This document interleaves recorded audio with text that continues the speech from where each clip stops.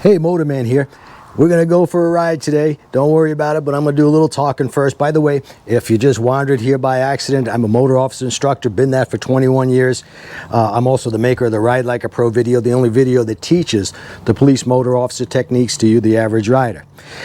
Last week, I did a video and we talked about cruise armor, and I showed you how I put the cruise armor on the front forks to keep them from getting chipped and scratched, etc.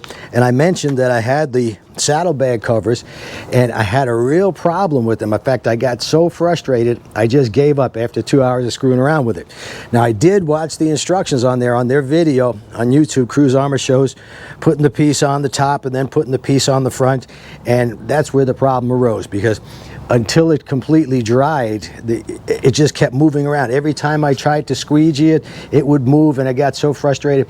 And then I came up with, it was like a voice out of the blue came to me. I don't know where I got this from, but I think that voice was me. Might have been you. Somebody said, wait, how about if you put one piece on, squeegee it out, let it dry, and then a couple hours later or the next day, then put the other piece on. You won't then have that problem of it moving around as you're doing the squeegeeing. Well, amazingly, that actually worked. So what I did was I put the front piece on first. I got all the water out of it, used the squeegee on it. I then let it dry overnight. It was completely dry, didn't move around anymore. And then the top piece went on really easy. I just laid it on there, a little soap and water, squeegeed it out, no problem at all. It actually works. So sometimes it pays to listen to your wife and maybe not to follow the exact instructions that you see on a video. But anyway, today, with that out of the way, today what we're going to talk about, I also mentioned in the last video I did the hurt report. In the comment section, it appeared to me that people had never heard of this. Well, the hurt report is the only report that was ever done in this country, a comprehensive report about motorcycle crashes, and it's on the internet. The very least, you should at least go to his finding sections without reading the whole report, but really it's best to read the whole thing. And as luck would have it, Motorcycle Consumer News mentioned that in their street strategy section. And what we're going to talk about today, I'm going to go over a couple of the things, to read this to you. In 2/3 of multiple vehicle crashes, the driver of the other vehicle violated the motorcycles right away. You should know that. It says intersections are the most frequent place that drivers will violate your right-of-way, all while ignoring traffic controls. You should know that by now. It doesn't matter if you're on a motorcycle or in a car, most crashes occur at an intersection.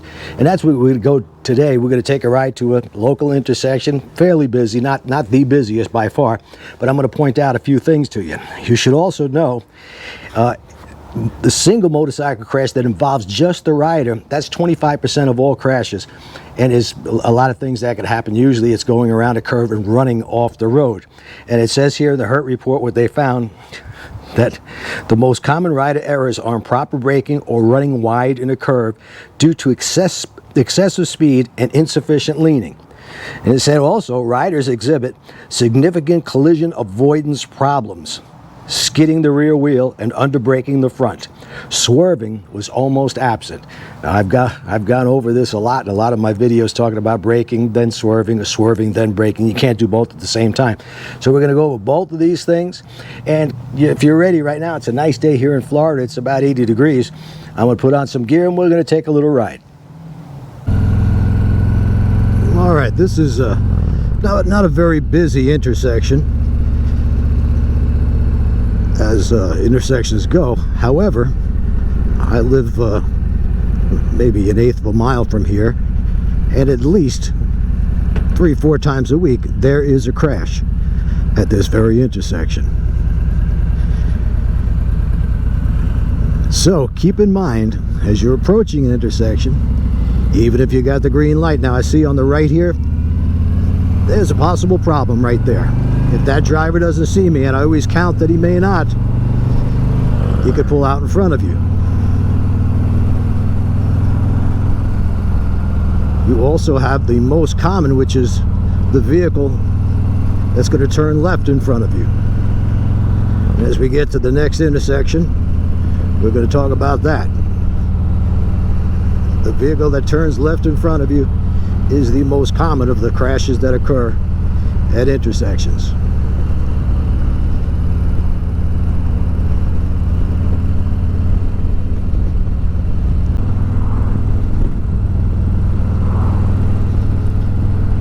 lot of people think that an intersection is a four-way intersection with a light. That's not always the case. This is an intersection right here.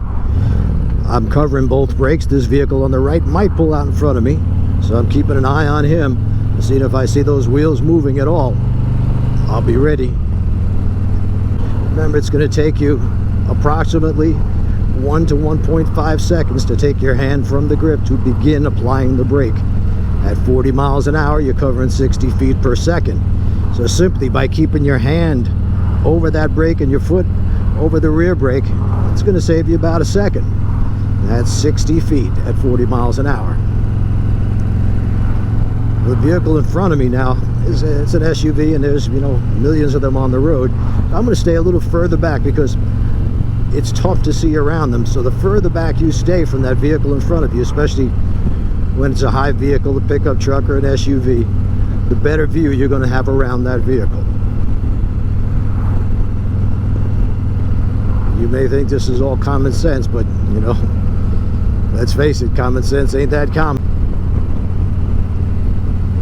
Generally, it's safe to stay 1 car length for every 10 miles per hour behind the vehicle in front of you. So right now we're going 50.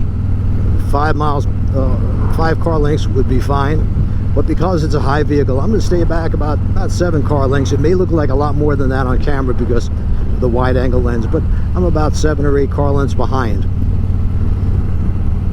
Like I said, it gives me a better view of ahead of him and to the left and to the right of that vehicle. Now we're approaching, this is a pretty busy intersection here. There's probably 5 or 6 accidents a day. Now I'm picking up a little speed, but as I enter the intersection, I'm going to slow down. I'm going to look all around, to the left, to the right. Now I've got the red light, so yes, I've got to stop. I'm going to be looking in my rear view mirror. And I'm going to stop, about 15, 18 feet behind the vehicle in front, so that if the car behind me starts moving up or I hear the brakes squealing, I'm going to go right between those 2 vehicles so that he doesn't hit me. I'd rather have him hit the car in front than me. And I see so many people, they stop 2 or 3 feet behind the car in front of them, and then if somebody's moving up quickly behind them, they've got no place to go. They're going to get hit, and they're going to go slam it into that car in front of them, and it's going to be an ugly scene. So what do we have here? We have arrows at this intersection. Don't always go by the arrow. I've seen cars, that arrow there that just turned green to the left, I've seen people not paying attention, and they'll actually take off and go straight even though they have the red light because they're not paying attention. So be aware of that. Also be aware, like this big truck, he just went through that light.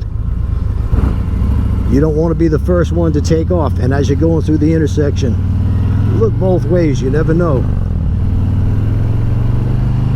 who could be going through that red light. If you expect the worst and have a plan, you're much better off.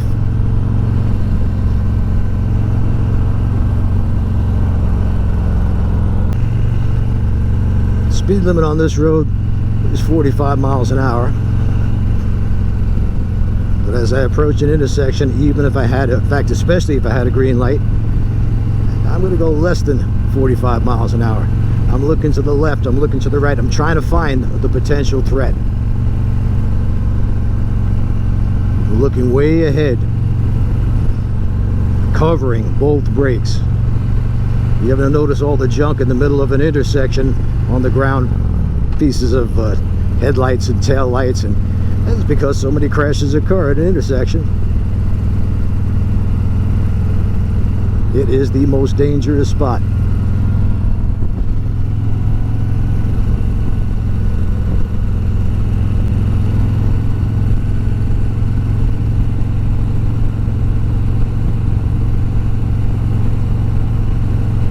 Next we're going to head to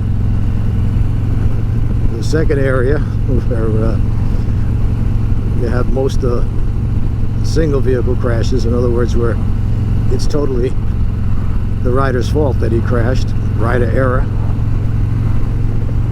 That's the most common Most common motorcycle crash that involves just the rider, failure to negotiate a curve. So here we are on a winding road, and I know that, again, with this camera, wide angle lens, it doesn't look like it's much of a winding road, but I'm going to start on the outside of the curve that gives me the best view around the curve. I'm going to hit the apex.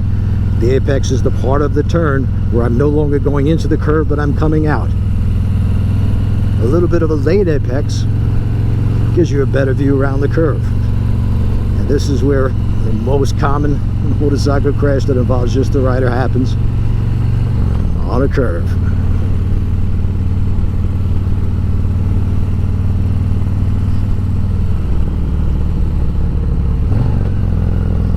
Go in slow, accelerate just a bit as you come around the curve, heading towards the apex. I'm, in other words, straightening out the curve. Now if you're going, well under the speed limit, no big deal, but if you get into that turn too fast and you try to brake in the middle of the curve, that's where you could run into problems. If you don't know where to look and when to look there, yeah, you're going to have a problem. Look as far around the curve as possible. You should be scanning ahead and looking at the surface. You don't want to be surprised by gravel or sand in the middle of the turn.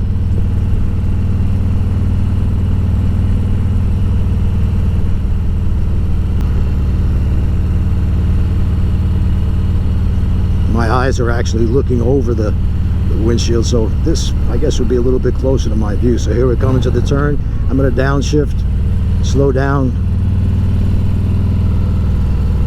slow before I get into the turn, do all my braking, head for the apex. Same thing here. I'm going to straighten out this curve simply by going to the inside.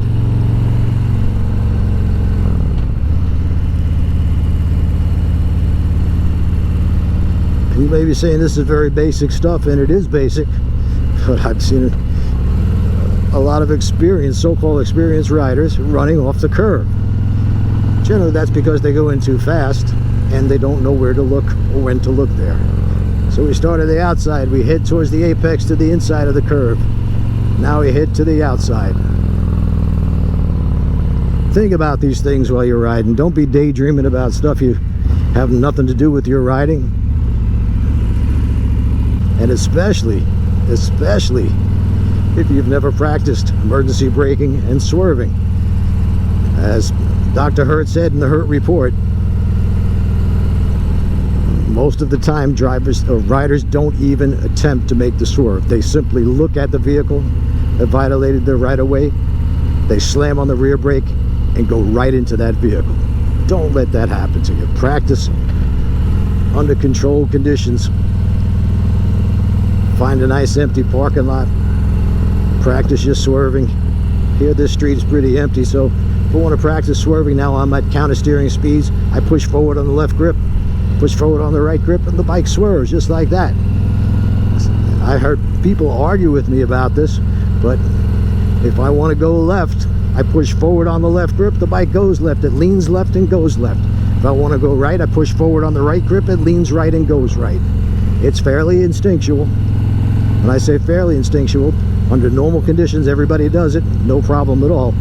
It's when an emergency situation arises and you got to make that swerve, that's what you're practicing for, because in those situations, people will tend to revert to their car driving. If I was in a car, I'd be turning my wheel this way to avoid a car pulling out. If I tried that on the motorcycle, I'd be going right into the car.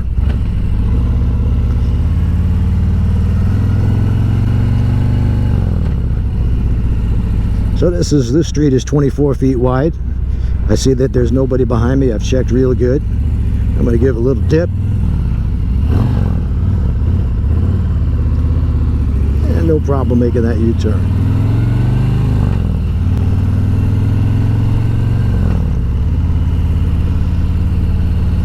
Well, all right, folks, that's about it for today. I've got another video coming up in about 3 days.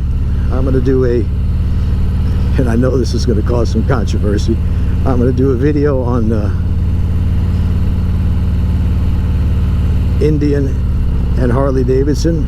Yeah, I guess you could call it Indian versus Harley Davidson, or Harley versus Indian. And I'm sure we'll get a lot of comments, but I'll give you my opinion anyway. Your opinion, as always, may differ. If you enjoy these videos, I hope you give me a thumbs up, and please hit that subscribe button. It helps us out.